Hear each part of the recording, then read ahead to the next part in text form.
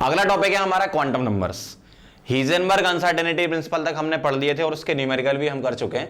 अब चलेंगे हम क्वांटम नंबर पे। बहुत ही इंपॉर्टेंट टॉपिक है, नीट में और जेई मेन में, इवन जेई एडवांस में आपका इसमें से एक ना एक क्वेश्चन जरूर आने के चांसेस बहुत ही ज्यादा होते हैं क्वांटम नंबर से। बहुत इंपॉर्टेंट टॉपिक है, ठीक है, तो बहुत ध्यान से पढ़ना है हमें इसको। एक एक पॉइंट में बताऊंगा, बिल्कुल एक एक डिटेल में न्यूमेरिकल करवाऊंगा आपको, ध्यान से देखते जाना। चलो स्टार्ट करते हैं। क्वांटम नंबर क्या होता है? जैसे आपके और हमारे घर का कुछ एड्रेस होता है, वैसे ही इलेक्ट्रॉन के घर का एक एड्रेस होता है। जैसे सपोज आप किसी जगह रहते हो, तो आप किसी सिटी में रहते हो, उस पर्टिकुलर मोहल्ले में रहते हो, फिर उसके अंदर आपका एक घर होता है, ठीक है। वैसे ही इलेक्ट्रॉन का भी घर है। इलेक्ट्रॉन ऑर्बिट में मिलेगा, फिर ऑर्बिट के अंदर सब ऑर्बिट में मिलेगा, फिर सब ऑर्बिट के अंदर ऑर्बिटल में मिलेगा, ठीक है। इस तरीके से होता है। तो हम शेल बोल सकते हैं, शेल के अंदर सब शेल बोल सकते हैं, सब शेल के अंदर ऑर्बिटल बोल सकते हैं, ऐसा होता है। तो ध्यान से देखते जाना आप, है ना। तो क्वांटम नंबर की डेफिनेशन लिखेंगे, the set of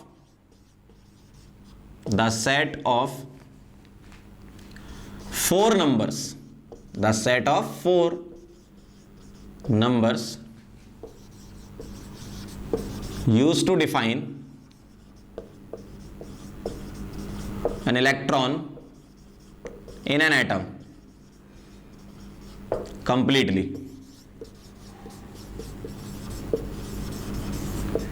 is called quantum numbers, ठीक है। 4 नंबर का सेट है जिससे इलेक्ट्रॉन के बारे में आप डिफाइन कर सकते हो उसको, कि इलेक्ट्रॉन यहां पर इस लोकेशन पर प्रेजेंट है। क्या क्या होती हैं क्वांटम नंबर्स, लिख लेते हैं इसके नाम। पहला है principal quantum number, second is azimuthal quantum number, third is magnetic quantum number, and fourth is spin quantum number. ये 4 क्वांटम नंबर होती हैं। तो एक एक करके इनको स्टार्ट करते हैं। तो पहला है principal quantum number. Principal quantum number, अलग अलग साइंटिस्ट ने अलग अलग क्वांटम नंबर के बारे में बताया। तो प्रिंसिपल क्वांटम नंबर के बारे में पहला पॉइंट लिखेंगे, first denoted by small n and given by bore. Bore ने बताया था इसके बारे में। अब n बताता क्या है? it describes the orbit और shell और एनर्जी लेवल इसके बारे में बताता है। ऑर्बिट के बारे में, शेल के बारे में, या फिर एनर्जी लेवल के बारे में बताता है ये। थर्ड पॉइंट है एन की वैल्यू क्या क्या होती है। एन की वैल्यू क्या क्या होती है? तो n equal to 1, 2, 3, 4 and so on, ठीक है। आपने अपनी पहली क्लासेस में कभी पढ़ा होगा। इसको के बोलते हैं, इसको एल, इसको एम और इसको एन, कैपिटल है ना, कैपिटल के एल एम एन। इस तरीके से आपने फिलिंग भी की होगी ऑर्बिट वाले कॉन्फ़िगरेशन की। तो n की वैल्यू क्या होती है? 1, 2, 3, 4 इस तरीके से चलती है। अगला पॉइंट ये है कि number of subshells in nth orbit. अगर किसी ऑर्बिट में सबशेल के बारे में बात करें तो वो n ही होता है। जैसे बोला जाए सेकंड ऑर्बिट में कितने सबशेल हैं? 2, थर्ड ऑर्बिट में कितने सबशेल हैं? 3, फोर्थ में कितने? 4, ऐसे इस तरीके से शेल के अंदर सबशेल होते हैं, ठीक है। अगला इसी में एक फॉर्मूला और लिखते हैं, number of subshell in nth orbit हो गया। अब आपसे बोला जाएगा नंबर ऑफ ऑर्बिटल्स। अब सबशेल के अंदर जा रहे हैं हम, है ना, नंबर ऑफ ऑर्बिटल्स, तो ये होता है n स्क्वायर, ठीक। अगर आपको n की वैल्यू गिवन है तो n स्क्वायर। आप ऐसे भी लिख सकते हैं, number of orbitals for given value of n, for given value of n, तो क्या हो जाएगा? n स्क्वायर, ठीक है। अब देखो क्या हुआ, ऑर्बिट के अंदर सब ऑर्बिट के अंदर ऑर्बिटल, ठीक है, या फिर शेल के अंदर सब शेल के अंदर ऑर्बिटल। तो ऑर्बिटल तक हम पहुंच गए। अब हम लिखेंगे number of electrons for a given value of n, for a given value of n। तो आप एक बात ध्यान रखो, एक ऑर्बिटल में मैक्सिमम 2 ही इलेक्ट्रॉन भर सकते हैं। फिर से ध्यान रखना, एक ऑर्बिटल में मैक्सिमम 2 ही इलेक्ट्रॉन आप फिल कर सकते हो। तो n स्क्वायर ऑर्बिटल में कितने कर सकते हो? 2n square. तो n स्क्वायर में कितने हो जाएंगे? 2n square. ठीक है, एक लास्ट पॉइंट और है इसमें, ऑर्बिट एंगुलर मोमेंटम। याद करो बोहर की थ्योरी, वहां पढ़ाया था मैंने। Orbit angular momentum mvr is equal to क्या होता है? nh अपॉन 2 पाई। क्या बोलते हैं इसको? ऑर्बिट, ऑर्बिट ध्यान रखना नाम, ठीक है, orbit angular momentum, orbit angular momentum. तो ऑर्बिट एंगुलर मोमेंटम क्या होता है? nh अपॉन 2 पाई, h अपॉन 2 पाई का इंटीग्रल मल्टीपल, और n की वैल्यू ऑर्बिट क्या करनी होती है? First orbit, second orbit, third orbit, इस टाइप से। तो ये हो गया अपना प्रिंसिपल क्वांटम नंबर, इसको नोट करो, फिर एजीमुथल क्वांटम नंबर पे चलते हैं।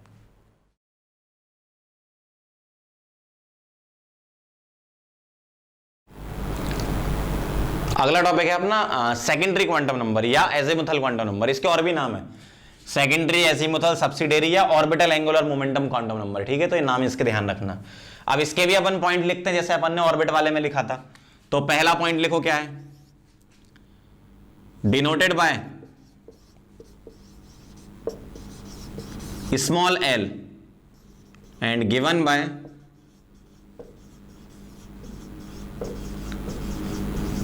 Sommerfeld, given by Sommerfeld. Small l से रिप्रेजेंट करते हैं इसको, ध्यान रखना। वहां पर हमने क्या पॉइंट लिखा था, उसका डिस्क्रिप्शन लिखा था कि बताता क्या है, वैसे यहां लिखेंगे इट डिस्क्राइब्स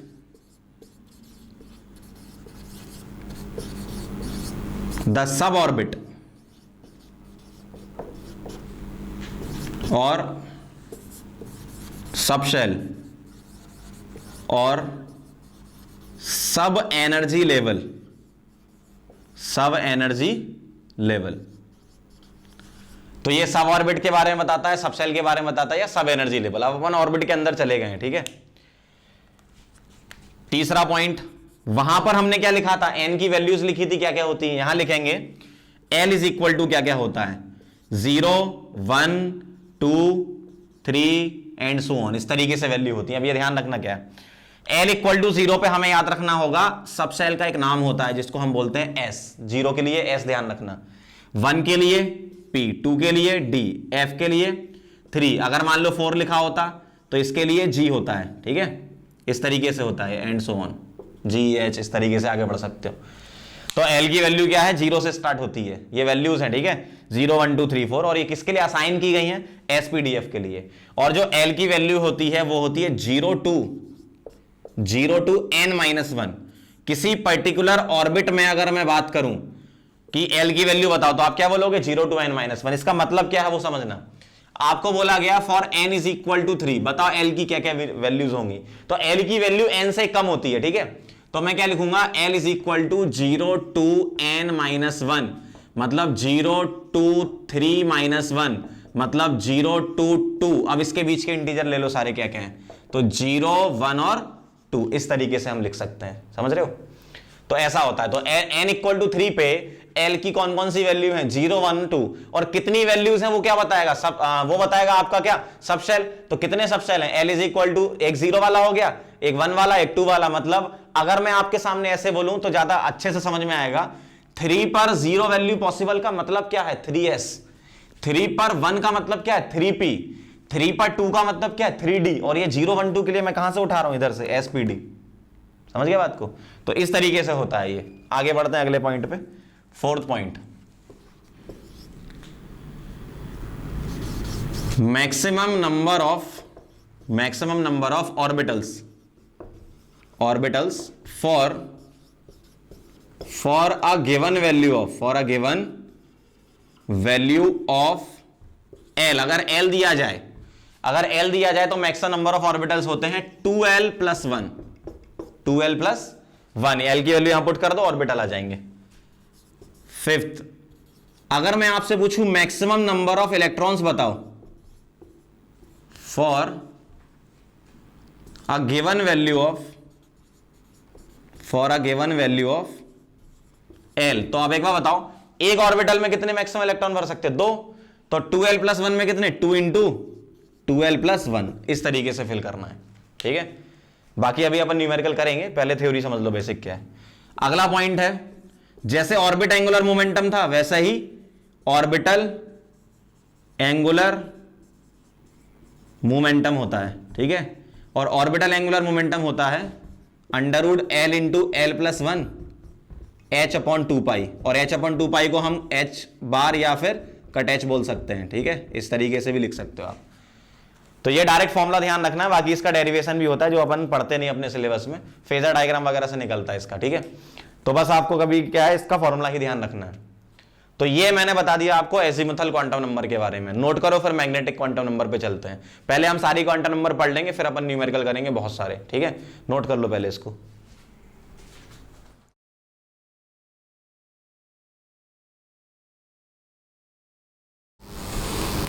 अगला है magnetic quantum number, third quantum number है मैग्नेटिक क्वांटम नंबर, ध्यान से समझिएगा।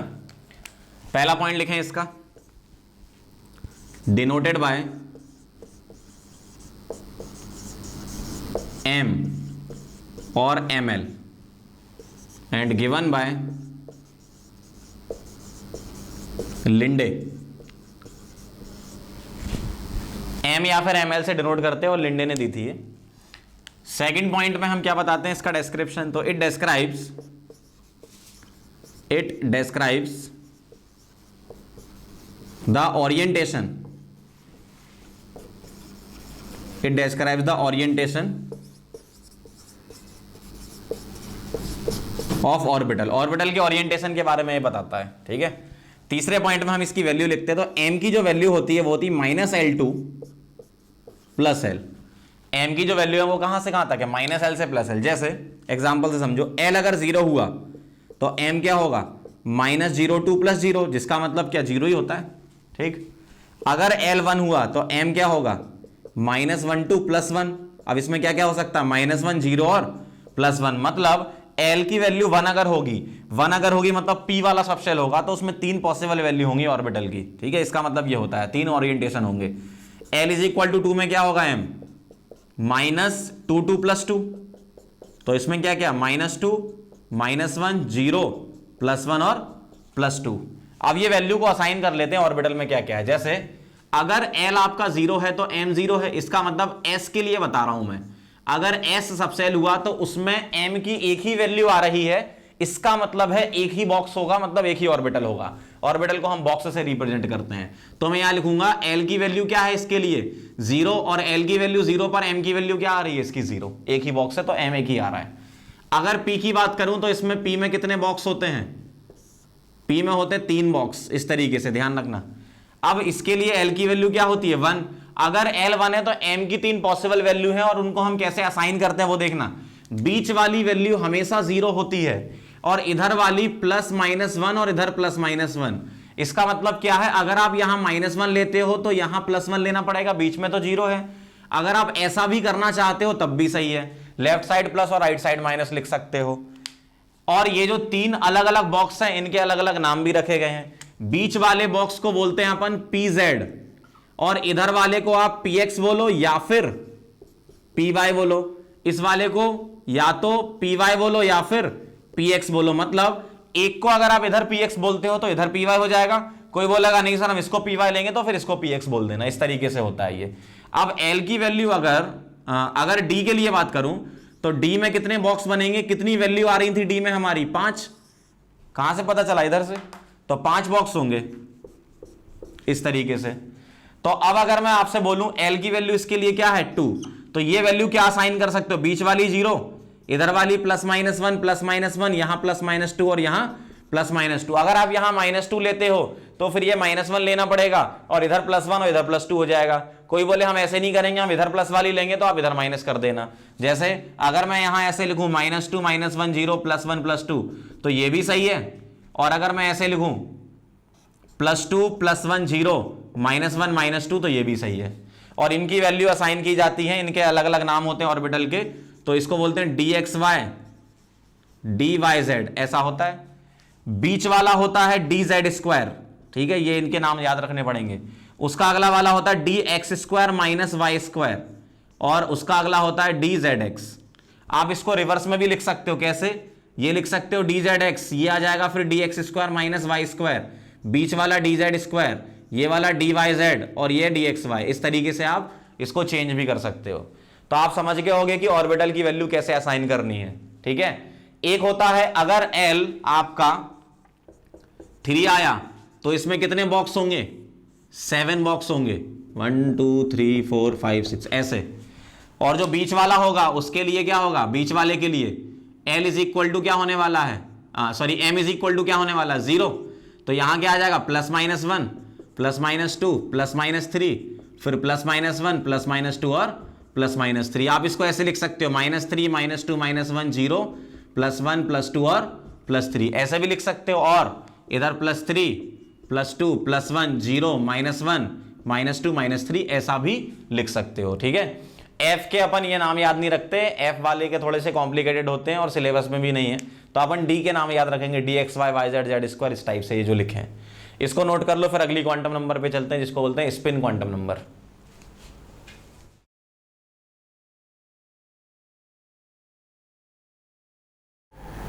अगला टॉपिक है हमारा स्पिन क्वांटम नंबर। देखना ध्यान से, स्पिन क्वांटम नंबर के बारे में लिखेंगे। पहला point, first, denoted by S और MS and given by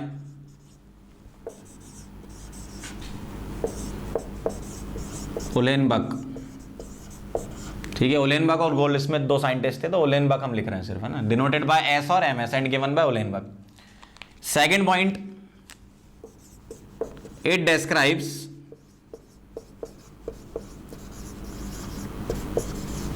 the spin of electron. Spin of electron, electron orbit के अराउंड चक्कर लगाता है, तो वो अपनी एक्सिस पे भी घूमता है और ऑर्बिट के जो न्यूक्लियस है उसके अराउंड भी चक्कर लगाता है। ठीक है, न्यूक्लियस के अराउंड इलेक्ट्रॉन घूमता है, वो तो है, और इलेक्ट्रॉन अपनी ही एक्सिस पे घूमता है। तो अपनी एक्सिस पे कैसे घूमता है, क्लॉकवाइज या एंटी क्लॉकवाइज, उसके बारे में ये बताता है। तो अपने पास दो चॉइस में से एक सिलेक्ट करने की प्रोबेबिलिटी क्या होती है, 1/2। तो S इज इक्वल टू मैं क्या लिख सकता हूं, 1/2, लेकिन हम क्या बोलते हैं, +-1/2। +½ क्लॉकवाइज और -½ एंटी क्लॉकवाइज नहीं होता है, ध्यान रखना। मैं यहां पर एक पॉइंट लिख रहा हूं, there is know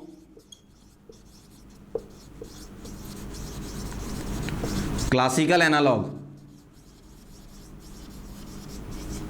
between to spin quantum number. Fix नहीं है, अगर आप ऐसा बोलते हो +½ क्लॉकवाइज तो -½ एंटी क्लॉक बोल देना, कोई बोले नहीं सर हम तो -½ को क्लॉकवाइज बोलेंगे तो +½ एंटी क्लॉक बोल देना, ऐसा होता है। तीसरा पॉइंट, टोटल स्पिन। अगर आपसे बोले टोटल स्पिन, तो टोटल स्पिन का फॉर्मूला होता है +-n/2। ठीक, टोटल स्पिन निकालना हो तो +-n/2, where n is the number of unpaired electrons, number of unpaired electrons. अब यहां पर उससे कंफ्यूज मत होना, n को हमने प्रिंसिपल क्वांटम नंबर भी डिनोट किया था, ध्यान रखना। तो यहां पर हम n ही लिखते हैं, लेकिन n क्या है यहां पे, नंबर ऑफ अनपेयर्ड इलेक्ट्रॉन है, प्रिंसिपल क्वांटम नंबर पुट मत कर देना। आप अनपेयर्ड इलेक्ट्रॉन चेक करोगे, वो मैं आपको निकालना सिखाऊंगा कैसे निकालना है। ठीक है, तो टोटल स्पिन ये होता है। अगला formula, spin angular momentum. Spin angular momentum, ठीक है, और स्पिन एंगुलर मोमेंटम का फॉर्मूला होता है √S × S+1 h/2π, या हम इसको लिख सकते हैं S × S+1 h/2π को क्या लिखते हो, कट h, ठीक है, या h बार। और ये जो S होता है वो हम टोटल स्पिन से ही निकालते हैं, लेकिन पॉजिटिव वैल्यू निकालते हैं यहां पर, है ना, न्यूमेरिकल सॉल्व करने के लिए। तो S इज इक्वल टू हम यहां पुट करेंगे n/2, और n आप जानते हो number of unpaired electrons, number of unpaired electrons. अगला point, spin multiplicity. Spin multiplicity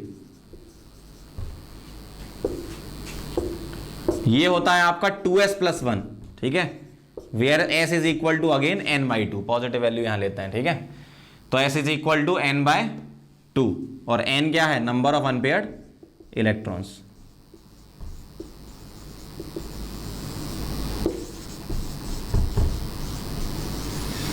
एक फॉर्मूला और ध्यान रखना, ये इंपॉर्टेंट है बहुत, ठीक है, ये एग्जाम में आने के चांसेस बहुत ज्यादा है, कई बार क्वेश्चन आ चुका। मैग्नेटिक मूवमेंट,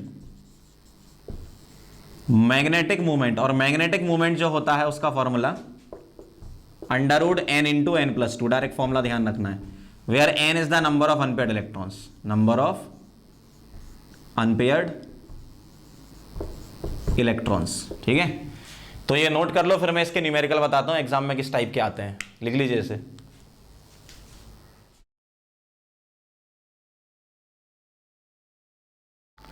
अब क्वांटम नंबर की थ्योरी हमने पढ़ ली है, एक बार आप पीछे थ्योरी रिवाइज करना, फिर इन न्यूमेरिकल्स पे आना। ठीक है, तो न्यूमेरिकल ध्यान से देखना, एक एक न्यूमेरिकल बहुत इंपॉर्टेंट होता है क्वांटम नंबर। पहला न्यूमेरिकल स्टार्ट कर रहा हूं मैं, find total number of orbital या मैक्सिमम नंबर ऑफ ऑर्बिटल आपको निकालना है।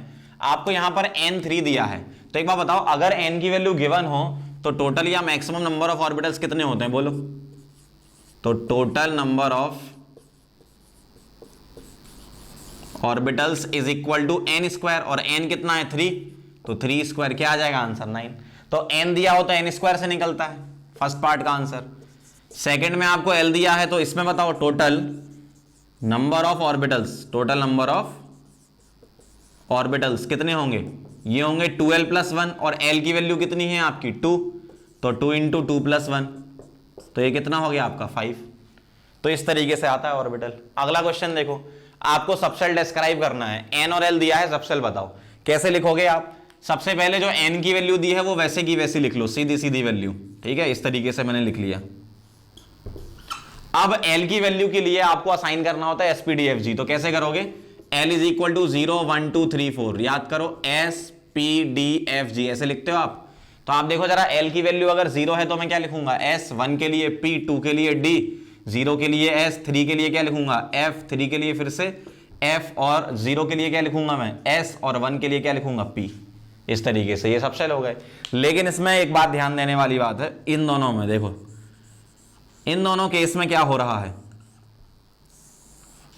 आप देखें जरा ध्यान से, यहां n और l की वैल्यू इन्होंने सेम दे दी, और यहां पर n की वैल्यू कम दे दी l से, जबकि ऐसा तो होता ही नहीं है। क्यों, l इज इक्वल टू क्या होता है 0 टू n माइनस 1, मतलब l की वैल्यू n से कम रहेगी, ना तो बराबर रहेगी ना बड़ी रहेगी। इसका मतलब ये दोनों सबसेल एग्जिस्ट नहीं करते हैं। तो आपको ये जरूर ध्यान रखना है, इस टाइप से आप ऐसा मत करना आंख बंद करके लिखते जा रहे हो। आपको फोकस भी करना है किस चीज पे, n और l बराबर नहीं होंगे, और n कम नहीं होगा l से, l कम होता है n से, n बड़ा होता है हमेशा, ध्यान रखना। नोट कर लो, फिर और क्वेश्चन करवाता हूं।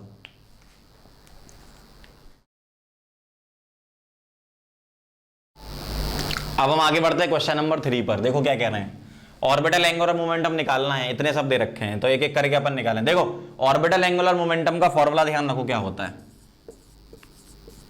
Orbital angular momentum, short form में AM लिख देता हूं, is equal to under root L into L plus 1 H bar या H अपॉन 2 पाई। अब यहां पर ध्यान दो जरा, ये न्यूमेरिकल वैल्यू जो लिखी है ये तो n की वैल्यू होती है, तो ये तो फॉर्मूले में आते ही नहीं है।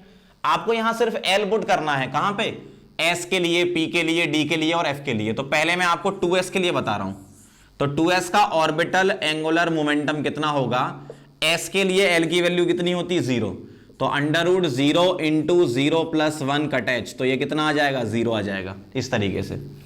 इसके बाद 3P के लिए निकालो, तो 3P के लिए L की वैल्यू क्या होती है 1, तो orbital angular momentum is equal to under root 1 into 1 plus 1 और कट H, ये बाहर है, ठीक है, तो ये आ जाएगा √2 कट H या H बार।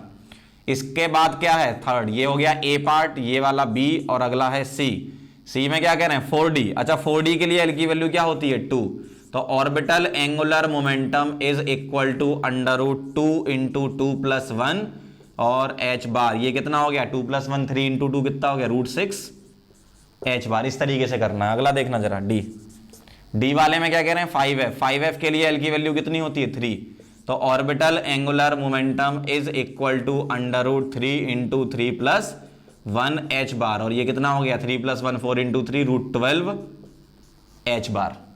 मतलब कोई भी दिया हो यहां पर डिजिट, जैसे 2S हो, आपसे बोले बताओ 3S का क्या है, तो वो भी 0 होगा। मतलब SPDF के ऑर्बिटल एंगुलर मोमेंटम फिक्स होते हैं। अब S में कोई भी S आ जाए, P में कोई भी P आ जाए, D में कोई भी D आ जाए और F में कोई भी F आ जाए, ठीक है, वो इंडिपेंडेंट होता है उससे N की वैल्यू से। अगले क्वेश्चन पे चलते, क्वेश्चन नंबर 4। इसमें उल्टा पूछा है, इसमें ऑर्बिटल एंगुलर मोमेंटम दिया हुआ है L पूछा है, तो हम क्या करेंगे under root L into L plus 1 H upon 2 pi is equal to √5 h/2π। इससे इसको बराबर कर देंगे, ठीक। तो इससे इसको बराबर करो जरा, क्या आएगा। अच्छा यहां पर थोड़ा करेक्शन कर लो, h/π है यहां पे, है ना क्वेश्चन में। तो अब इसको बराबर कर दो इसको, तो √L × L+1 h/2π is equal to √5 h/π। तो देखो h/π कैंसिल कर दूं मैं ये, ठीक। 2 को उधर ले जा रहा हूं और होल स्क्वायर कर रहा हूं, तो L × L+1 होल स्क्वायर करेंगे तो 2 उधर जाके 4 बना देगा, और √5 का स्क्वायर 5 आ जाएगा। तो ये कितना आ गया आपका 20 आ गया। अब L × L+1 को हमें 20 रखना है, तो हमें L की वैल्यू तो पता है ना। आप पूरा क्वाड्रेटिक बना के सॉल्व मत करो, 0 1 2 3 4 ऐसे पुट करके चेक करते जाओ, है ना।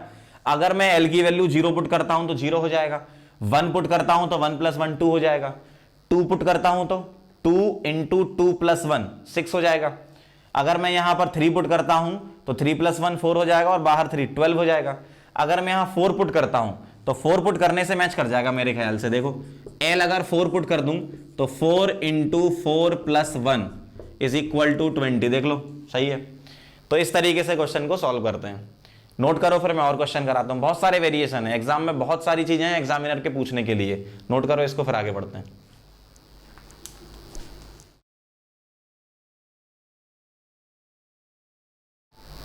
अगले क्वेश्चन पे चलते हैं। ये बहुत ही इंपॉर्टेंट क्वेश्चन है, इस टाइप के बहुत सारे क्वेश्चन आ चुके हैं। Incorrect set of quantum number आपको बताना है, ध्यान से देखना। हमें क्या क्या चेक करना है, हमें क्या क्या ध्यान रखना, वो देखो। एक n की वैल्यू क्या क्या होती है, 1 2 3 4 ऐसे चलती है। l की वैल्यू क्या होती है, 0 to n - 1 होती है। m की वैल्यू क्या होती है, -L2 + L होती है। तो इससे हम चेक करते हैं इनकरेक्ट और करेक्ट सेट। देखो अगर n 4 है तो क्या l 0 हो सकता है। अगर n 4 है तो l 0 हो सकता है। चेक करो, अगर मैं यहां 4 रख दूं तो 0 to 4 - 1 मतलब 0 to 3, तो 0 तो उसमें आ ही रहा है ना। इसका मतलब इस पर ये पॉसिबल है, ऐसे चलना है। अगर l 0 है तो क्या m 0 हो सकता है। अगर l 0 रखूं तो m 0 होगा क्या, चेक कर लेते हैं। -0 to +0 मतलब 0 होता है, तो ये सही है। और s क्या होता है, या तो प्लस हाफ लिख सकते हो या माइनस हाफ, तो ये तो वैसे भी सही है। मतलब ये करेक्ट सेट है, हमें इनकरेक्ट ढूंढना है। आगे बढ़ो। अगर n 3 है तो l 1 हो सकता है क्या। n अगर मैं 3 रखूं तो 0 to 3 - 1 मतलब 0 to 2, तो क्या क्या आएगा उसमें, 0 1 और 2 मतलब 1 आ गया। इसका मतलब ये सही है। अगर l 1 है तो m 1 हो सकता है क्या। देखो अगर l को मैं यहां 1 रख दूं तो -1 to +1 मतलब क्या आएगा, -1 0 और +1 मींस 1 वाली वैल्यू आ रही है। और s या तो प्लस हाफ होता है या माइनस हाफ, तो ये भी करेक्ट सेट हो गया। अगला चेक करो, n अगर 2 है, n मैंने यहां 2 रखा तो 0 to 2 - 1 मतलब 0 to 1, 0 to 1 मतलब 0 और 1 इंटीजर लेते हैं अपन। इसका मतलब l की एक 0 वैल्यू तो आ ही रही है। और m 0, तो बताओ l 0 पर m 0 होगा क्या, बिल्कुल होता है। -0 to +0 0 ही होता है। और s क्या है आपका, प्लस हाफ, तो ये भी करेक्ट है। तो ऑब्वियसली लास्ट वाला इनकरेक्ट होगा। चेक कर लेते हैं। n अगर 3 है तो l 1 हो सकता है क्या। n 3 पुट करो तो 0 to 3 - 1 मतलब 0 to 2, तो 0 1 और 2, इसका मतलब 1 मिल रहा है। अच्छा l 1 पे m - 2 हो सकता है क्या, ये नहीं हो सकता। क्यों, क्योंकि स्टार्ट ही -1 से होगा। -1 to +1 मतलब -1 0 और +1, तो ये कभी नहीं मिलेगा। इसका मतलब इनकरेक्ट सेट डी हो जाएगा। समझ गए बात को। कुछ और क्वेश्चन लिखें। अगला 6th, find spin multiplicity and total spin अगर नंबर ऑफ अनपेयर्ड इलेक्ट्रॉन आपको गिवन है तो पहले मैं आपको बता रहा हूं स्पिन मल्टीप्लिसिटी। तो स्पिन मल्टीप्लिसिटी का फॉर्मूला बोल दो क्या होता है, 2s + 1, यही होता था 2s + 1। और s क्या होता है आपका, n/2। तो अगर n 0 है और s = n/2, अगर n 2 है, तो ये बता दो जरा फटाफट से। अगर n 0 है तो s 0, और अगर n 2 है तो s 1 हो गया। तो मैं यहां s की वैल्यू पुट कर रहा हूं, तो यहां मैं अगर पुट करूंगा तो पहला आ जाएगा आपका स्पिन मल्टीप्लिसिटी। यहां लिख देता हूं 2s + 1। तो अब क्या करो, आप यहां पुट कर दो, तो 2 × 0 + 1 मतलब ये आ गया 1, तो स्पिन मल्टीप्लिसिटी 1 हो गई। ठीक, इधर क्या आएगा 2 × 1 + 1, तो ये आ गया आपका 2 + 1 मींस क्या हो गया 3, ऐसा हो गया। तो इस तरीके से निकालते स्पिन मल्टीप्लिसिटी। अच्छा इसमें टोटल स्पिन भी पूछा है, तो टोटल स्पिन का तो सीधा सा फॉर्मूला है, यहां लिख रहा हूं। टोटल स्पिन का फॉर्मूला होता है ±n/2 ऐसा। और n एक बार 0 है एक बार 2 है, तो ±n/2 में जब n 0 होगा तो टोटल स्पिन ts हो जाएगा 0, और n अगर 2 होगा तो टोटल स्पिन हो जाएगा ±1। इस तरीके से करते हैं क्वेश्चन। अगला देखो 7th, find spin angular momentum when number of unpaid electron is 2। तो फॉर्मूला बता दो जरा स्पिन एंगुलर मोमेंटम का। Spin angular momentum is equal to under root S into S plus one cut H, H bar, ठीक है, H upon 2 pi. और S कैसे निकलता है, एन बाई 2 से। अगर नंबर ऑफ अनपेड इलेक्ट्रॉन 2 है तो ये 2/2 क्या आ जाएगा, 1। तो यहां 1 पुट कर दो तो ये आ जाएगा under root 1 into 1 plus 1 H bar. तो ये आ जाएगा √2 एच बार। इस तरीके से निकालते हैं अपन। समझ गए इसके न्यूमेरिकल कैसे होते हैं, ठीक है। अब ये नोट कर लो, फिर अपन आगे बढ़ते हैं।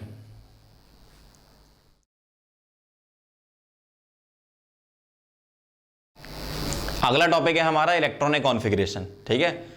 आपने पिछली क्लासेस में अपने पढ़ रखा होगा ऑर्बिट वाला आपने या शेल वाला इलेक्ट्रॉनिक कॉन्फ़िगरेशन फिल कर रखा होगा, जैसे 287, 288 इस टाइप से। अब हम 11th क्लास में बात करेंगे सबशेल इलेक्ट्रॉनिक कॉन्फ़िगरेशन की सबसे पहले, फिर उसके बाद हम जाएंगे ऑर्बिटल इलेक्ट्रॉनिक कॉन्फ़िगरेशन पर, ठीक है। तो सबशेल इलेक्ट्रॉनिक कॉन्फ़िगरेशन के लिए एक्चुअल में कॉन्फ़िगरेशन फिल करने के लिए कुछ बेसिक रूल होते हैं जो साइंटिस्ट ने बनाए हैं, ठीक है। तो उन्हीं बेसिक रूल को हमें ध्यान रखना है।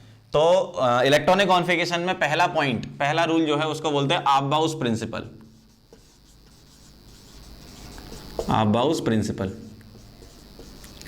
और जो ऑफबाउस प्रिंसिपल होता है, इसमें ऑफबाउ कोई साइंटिस्ट का नाम नहीं है, ऑफबाउ एक जर्मन वर्ड है, ठीक है, ध्यान रखना। ये एक जर्मन वर्ड है जिसका मतलब होता है बिल्डिंग अप।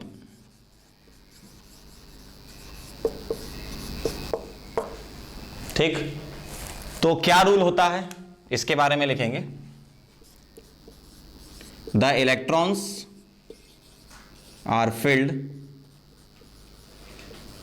इन various orbitals, various subshell, subshell वाला पढ़ रहे हैं अपन पहले, है ना। The electrons are filled in various subshells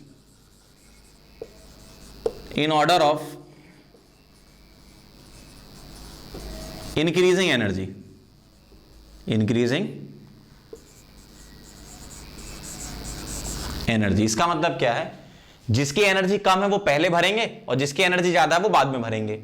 अब हमें क्या करना है, एनर्जी का ऑर्डर पता होना चाहिए, किसमें, सबशेल में। अब सबशेल में एनर्जी का ऑर्डर आपको क्या करना है, 3D तक ध्यान रखना है, और वो मैं यहां पर लिख रहा हूं, ठीक है। तो एनर्जी का जो ऑर्डर है, एनर्जी ऑफ सबशेल, उसका ऑर्डर है 1s, फिर 2s, फिर 2p, फिर 3s, फिर 3p, फिर 4s और फिर 3d, ठीक है। आपको एटॉमिक नंबर 30 तक ही पढ़ना है इस चैप्टर में, तो ध्यान से देखना। 1s से लेकर 3d तक ये एनर्जी होती सबशेल की, ठीक है। आप जानते हो ये सब सबशेल होते हैं, 1s, 2s, 2p, 3s, 3p, 4s, 3d। अब इनकी एनर्जी को आप इस तरीके से याद कर ही सकते हो। एक साइंटिस्ट थे क्लेचकोवस्की, तो उन्होंने अपनी एक सीरीज बनाई थी इसको याद करने के लिए, तो वो भी देख लो जरा। क्लेचकोवस्की सीरीज क्या होती है, कैसे लिखना है आपको, देखो 1s, फिर 2s, फिर 3s, फिर 4s, 5s, 6s और फिर 7s, ऐसे लिखते जाओ। इधर लिखो 2p, 3p, 4p, 5p, 6p और 7p, 3d, 4d, 5d, 6d और 7d। अच्छा, मैंने यहां पर 1p नहीं लिखा, 1p एग्जिस्ट ही नहीं करेगा। क्यों, 1p के लिए n की वैल्यू और l की वैल्यू सेम हो जाएगी, p के लिए L1 होता है और 1p लिखा मतलब nv1 हो गया, तो वो वैल्यू तो सेम हो गई, और वो ऐसा हो ही नहीं सकता। मैंने आपको बताया था l की वैल्यू n से हमेशा कम रहती है, तो इसलिए आपका 1p एग्जिस्ट नहीं करता, 1d नहीं करता, 2d नहीं करता। इस तरीके से f में चलो 4f, 5f, 6f और 7f। अब आपको क्या करना है, इस तरीके से एरो लगाना है इधर। तो सबसे पहले क्या आ रहा है, 1s, मतलब इसकी एनर्जी सबसे कम। फिर ऐसे एरो लगा दो, फिर क्या आएगा, 2s, फिर ऐसे एरो लगा दो, क्या आएगा, 2p और 3s, फिर क्या आएगा, 3p 4s, 3p 4s, फिर क्या आएगा, 3d 4p 5s, 3d 4p 5s, फिर क्या आएगा, 4d 5p 6s, 4d 5p 6s, फिर क्या आएगा, 4f 5d, 4f 5d, उसके बाद 6p 7f, 6p 7s, 7s, ठीक है, ऐसे 5F 6D 7P, 5F 6D 7P, 6F 7D, 6F 7D, और फिर क्या आएगा 7F। इस तरीके से हम पूरा फिल करते हैं, लेकिन इतना सारा आपको याद नहीं रखना, ये पैटर्न ध्यान रखना, कभी 30 से भी ज्यादा आ जाए तो कर पाओ, लेकिन एटॉमिक नंबर 30 3D तक फिल हो जाता है, तो बस उतने आपको ध्यान रखना है, ठीक है। तो ये नोट कर लो, फिर अपन आगे बढ़ते हैं। सब सेल में फिलिंग बताता हूं एग्जांपल के साथ कैसे करना है।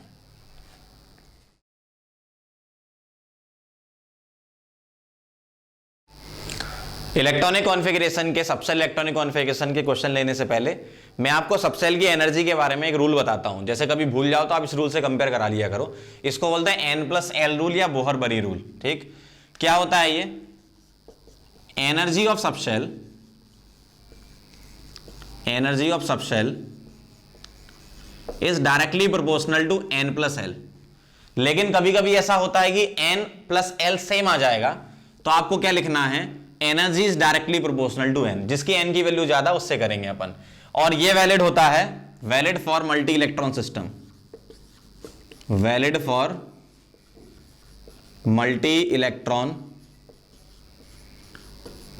सिस्टम जिसमें एक से ज्यादा इलेक्ट्रॉन हो। ठीक है, ध्यान रखना।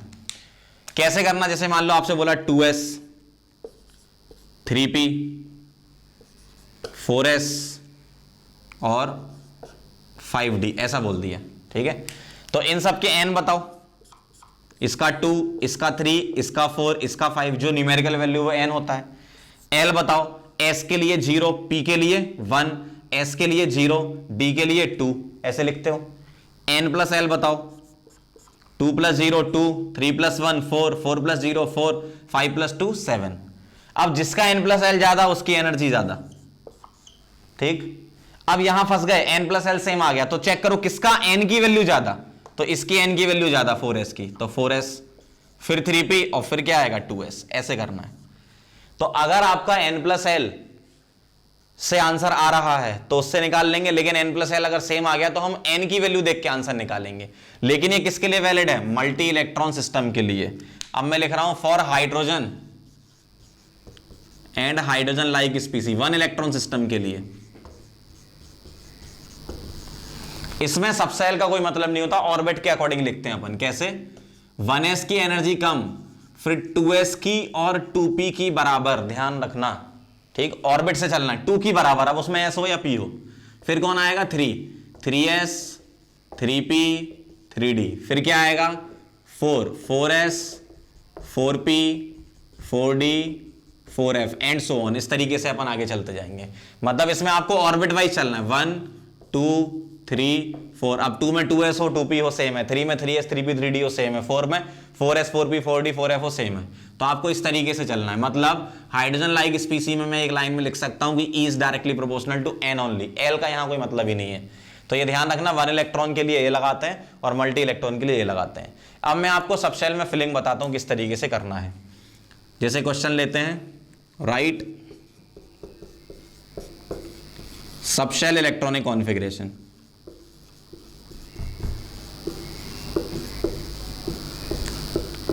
सबसेल का इलेक्ट्रॉनिक कॉन्फ़िगरेशन लिखना है। ठीक, पहला आइटम दे रखा है सपोज आपको नाइट्रोजन। ठीक, दूसरा दे रखा है ऑक्सीजन, या ऑक्सीजन नहीं थोड़ा बड़ा लेते हैं, फॉस्फोरस। तीसरा दे रखा है आपको आयरन, और चौथा दे रखा है आपको Zn। इस तरीके से एटॉमिक नंबर इनके आप याद कर लो, 30 तक है ना। ये 7, इसका 15, इसका 26 और इसका 30 होता है। अब आप सभी में 1s से लेकर 3d तक लिख दो। नया नया सीख रहे हैं तो आप पूरा लिखना सीख लो। ठीक है, थोड़े दिनों बाद आइडिया हो जाएगा आपको कि कहां तक लिखना चाहिए, लेकिन मैं पूरा लिख रहा हूं। क्या? 1s 2s 2p 3s 3p 4s 3d। आप भी पूरा लिखें, आगे के खाली होंगे तो उसको हटा देना बाद में। इसी तरीके से यहां लिख रहा हूं 1s 2s 2p 3s 3p 4s और 3d। यहां लिखो 1s 2s 2p 3s 3p 4s 3d। ठीक है, स्टार्टिंग में नया नया सीख रहे हैं तो जितनी ज्यादा बार लिखोगे उतना जल्दी याद होगा, क्योंकि याद करना है 1s 2s 2p 3s 3p 4s और 3d। अब जब आप फिलिंग करने जाओगे तो आपको एक चीज का ध्यान रखना है। क्या? आपको ध्यान रखना है मैक्सिमम कैपेसिटी का। Maximum capacity of electrons. S में 2 भर सकते हो, पी में 6, डी में 10 और यहां तक डी आएगा। और अब मान लो कभी एफ आया तो उसमें 14। ये मैक्सिमम कैपेसिटी है, ठीक है। अब कैसे फिल करेंगे? एस में हम इलेक्ट्रॉन मैक्सिमम 2 भर सकते हैं, तो अगर एस में 2 इलेक्ट्रॉन भर सकते हैं तो यहां मैं भर रहा हूं 2, तो यहां मैं लिख रहा हूं 2, ऐसा 1s2। फिर इसमें भी 2 भर सकते हैं तो 2। अब पी में कितने भर सकते हो? 6 भर सकते हो ना, लेकिन उतने होने भी तो चाहिए। यहां पीछे काउंट भी करते जाओ, क्योंकि 7 ही चाहिए इलेक्ट्रॉन आपको। एटम है ना, तो एटम में जो इसका एटॉमिक नंबर है उतने ही इलेक्ट्रॉन होंगे, तो 7 ही चाहिए। तो 2 यहां भर दिए, 2 यहां, 4 हो गए। तो अब कितने आएंगे? सिर्फ 3 ही तो आएंगे। अब आप ये मत कहना सर पी में तो आपने 6 बताए थे, उतने होने भी तो चाहिए इलेक्ट्रॉन। पी में 7 इलेक्ट्रॉन ही है, तो 2 ये और 3 ही बचे बस। अब यहां कुछ भी नहीं है, तो इन सबको आप हटा सकते हो, ठीक है। तो मैं हटा ही देता हूं इसको ऐसा, ठीक। आगे बढ़ो, इसमें आ जाओ। 1s2, 2s2, 2p6, 3s2, पीछे काउंट भी करते जाओ। 2 + 2 4 और 6 10 और 2 12, टोटल 15 थे, मतलब 3 आएंगे यहां पे। 6 भर सकते हैं, लेकिन 3 ही बचे ना, तो 3 ही भरेंगे। अब ये हटा दो। आयरन में 26 है। 1s2, 2s2, 2p6, 3s2, 3p6, ये हो गए 18। काउंट कर लो, 2 2 6 2 6 18। 4s2 20, अब कितने बचे? 6, तो 26। ऐसा करना है। Zn में देखो 1s2, 2s2, 2p6, 3s2, 3p6, 18 और ये 2 20 और 10 बचे 10। ऐसे फिल करना है। अब इन इलेक्ट्रॉनिक कॉन्फ़िगरेशन को शॉर्ट फॉर्म में भी लिख सकते हो, ये तो पूरा लॉन्ग फॉर्म है।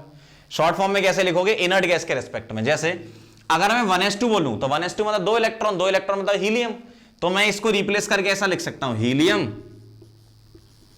2s2 2p3। ये एक रिप्रेजेंटेशन है, ऐसा भी करना आना चाहिए आपको। इधर देखो 1s2 2s2 2p6, यहां तक एक इनर्ट गैस बनती है, नियॉन। तो नियॉन, क्योंकि नियॉन का एटॉमिक नंबर 10 होता है ना, तो 10 इलेक्ट्रॉन तक वो कर दिया, और बाकी 3s2 3p3 ऐसा।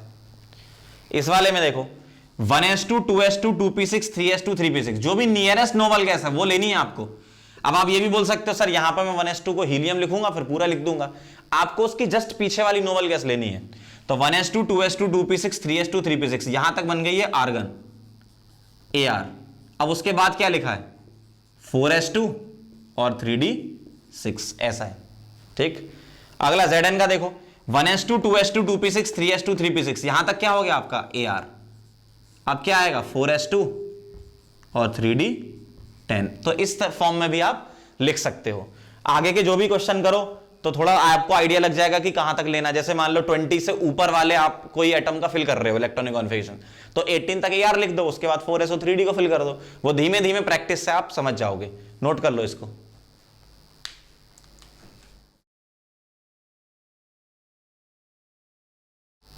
अब इतने हमने इलेक्ट्रॉनिक कॉन्फ़िगरेशन सीख लिए, तो एटॉमिक नंबर 30 तक ये भी और सीख लो, जिसमें 2 जगह एक्सेप्शन आता है, क्रोमियम और कॉपर में।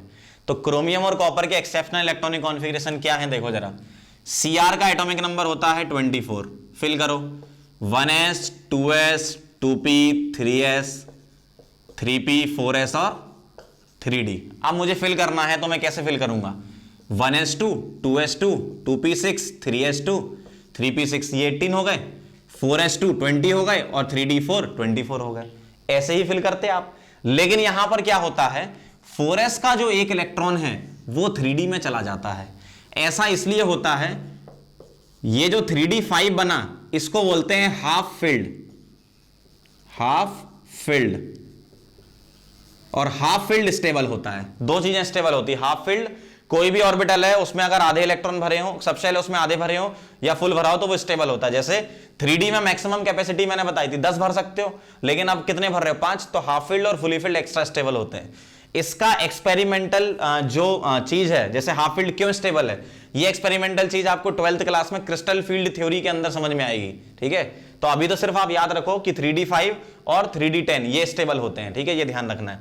बाकी बुक में इसमें एक्सचेंज से भी समझाते हैं कि नंबर ऑफ एक्सचेंज जितने ज्यादा होंगे उतनी ज्यादा एनर्जी रिलीज होगी, उतनी ज्यादा स्टेबिलिटी। ज्यादा उसके लफड़े में मत पड़ो, सीधा सीधा आप याद रखो अभी कि 3d5 और 3d10 स्टेबल होते हैं, ठीक है। अब अगर मैं कॉपर का ले लूं, कॉपर क्या होता है 29, तो कैसे फिल करूंगा 1s 2s 2p 3s 3p 4s और 3d। ठीक है, अब मैं फिल कर रहा हूं, देखो 1s2 2s2 2p6 3s2 3p6 18 और ये हो गया 20 और 9 29। अब अगर यहां से एक इलेक्ट्रॉन यहां चला जाए तो ये बन जाएगा 4s1 और 3d 10। तो अब आप देखो ये जो 10 हो गया इसको बोलते हैं फुली फिल्ड। तो हाफ फिल्ड और फुली फिल्ड क्या होते हैं स्टेबल। इस वजह से हमें कॉन्फ़िगरेशन ये ना लिख के क्या लिखना पड़ेगा ये वाला। तो पूरा कॉन्फ़िगरेशन एक बार फिर से बोल रहा हूं 1s2 2s2 2p6 3s2 3p6 4s1 3d5। अगर मैं आर्गन के फॉर्म में लिखूं तो यहां तक क्या लिख दूंगा AR और ये आ जाएगा 4s1 और 3d5 और इसके लिए लिखो ये आ जाएगा AR 4s1 और 3d10। इस तरीके से अपन बनाते हैं। ठीक है, अब कभी कभी आपको कुछ कैटायंस का भी इलेक्ट्रॉनिक कॉन्फ़िगरेशन लिखना पड़ सकता है। जैसे एक दो एग्जांपल बता रहा हूं, सपोज ऐसा लिखा है Ni2+, इसका बताओ इलेक्ट्रॉनिक कॉन्फ़िगरेशन लिख के। तो आप क्या करो पहले पूरा इलेक्ट्रॉनिक कॉन्फ़िगरेशन लिख दो, फिर अपन उसमें से इलेक्ट्रॉन निकालेंगे। क्यों, प्लस लगाए ना, तो यहां 2+ लगाया तो प्लस लगा होता है तो हम इलेक्ट्रॉन निकालते हैं। तो Ni का एटॉमिक नंबर बताओ क्या है 28। फिल कर लेते हैं अपन, देखो 1s2 2s2 2p6 3s2 3p6 4s2 और 3d8 28 हो गए टोटल। देख लो, काउंट कर लो। अब मैं इसको शॉर्ट फॉर्म में लिख देता हूं, यहां से यहां तक मैं क्या लिख सकता हूं इसको AR 4s2 और 3d8। अब ध्यान देना, ये मैंने Ni का लिखा, ये अभी किसका लिखा मैंने, ये Ni का है। यहां से मैं प्लस हटा देता हूं ताकि कंफ्यूजन ना हो। अब अगर मैं लिखूंगा Ni2+ का, तो Ni2+ का कहां से लिखोगे, इधर से Ni से ही आप करोगे। तो अब एक बार बताओ मुझे कितने इलेक्ट्रॉन हटाने, 2। कहां से हटाओगे, देखो इलेक्ट्रॉन, ध्यान से सुनना जो बात मैं बोल रहा हूं, इलेक्ट्रॉन हटाते हैं ऑर्बिट के अकॉर्डिंग। इलेक्ट्रॉन हटाते हैं ऑर्बिट के अकॉर्डिंग, और जो ऑर्बिट बाहर होता है उससे इलेक्ट्रॉन पहले निकलता है। तो कौन सा ऑर्बिट बाहर होगा, 4 बाहर है भाई, 3 पहले 1 आएगा, फिर 2 आएगा, फिर 3, फिर 4। तो 4th ऑर्बिट बाहर है, तो इसलिए हम इलेक्ट्रॉन निकालेंगे इधर से। और ये ध्यान रखना 4s में फिलिंग भी करते हैं और निकालते भी हैं। फिलिंग क्यों करते हैं, क्योंकि इसमें फिलिंग होती है क्लेचकोवस की सीरीज, ये n+l रूल के अकॉर्डिंग, सब सेल की एनर्जी के अकॉर्डिंग। लेकिन निकलते किसके अकॉर्डिंग है, ये ऑर्बिट के अकॉर्डिंग। ये ध्यान रखना 4s को भरना भी पहले है और निकालना भी पहले है यहां से। तो ये आ जाएगा AR, कितने उड़ाने हैं 2, तो 4s से 2 उड़ा दो, तो 4s 0 और 3d8 ऐसा आ जाएगा ये। और 4s 0 मतलब आप इसको हटा भी सकते हो, तो AR 3d8 भी लिख सकते हो। एक क्वेश्चन और समझाता हूं आपको, देखो Mn4+, ठीक है, इसका मुझे लिखना है। तो एक काम करो, पहले आप Mn का लिख लो, फिर हम 4+ लगा देंगे। तो Mn का क्या आएगा, देखो 1s2 2s2 2p6 3s2 3p6 4s2 और 3d5, ये Mn का हो गया। अब मुझे Mn पे कितना चार्ज लगाना था, 4+ लगाना था, तो मुझे 4 इलेक्ट्रॉन उड़ाने हैं। तो पहले मैं इसको शॉर्ट फॉर्म में लिख रहा हूं, ये क्या लिख रहा हूं मैं, AR 4s2 3d5, ठीक है। यहां पे मैं इसको लिख रहा हूं AR 4s2 3d5। अब बताओ जरा कितने 4 इलेक्ट्रॉन हटाने हैं, तो 2 कहां से उड़ाऊंगा, पहले ही जो 2 उड़ेंगे वो 4s से उड़ेंगे, तो ये हो जाएगा 4s 0। अब 2 और उड़ाने हैं तो किससे उड़ाओगे, 3d से, तो 2 और उड़ा दो तो ये क्या आ जाएगा 3d3 ऐसा। या 4s को हटा के AR 3d3 भी लिख सकते हो, समझ गए बात को। तो इस तरीके से हमें करना है कैटायन का, क्योंकि इसमें क्या है ना, बहुत सारे आगे अपन न्यूमेरिकल करेंगे, मैग्नेटिक मूवमेंट और ये सब निकालेंगे, अभी अपन ने निकाला नहीं है, तो उसमें ये जरूरत पड़ती है। इस टाइप के क्वेश्चन एग्जाम में बहुत देखने को मिलते हैं। तो सबसेल इलेक्ट्रॉनिक कॉन्फ़िगरेशन क्लियर हो गया होगा, एक बार फिर से इसको देख लो, अपन आगे बढ़ते हैं।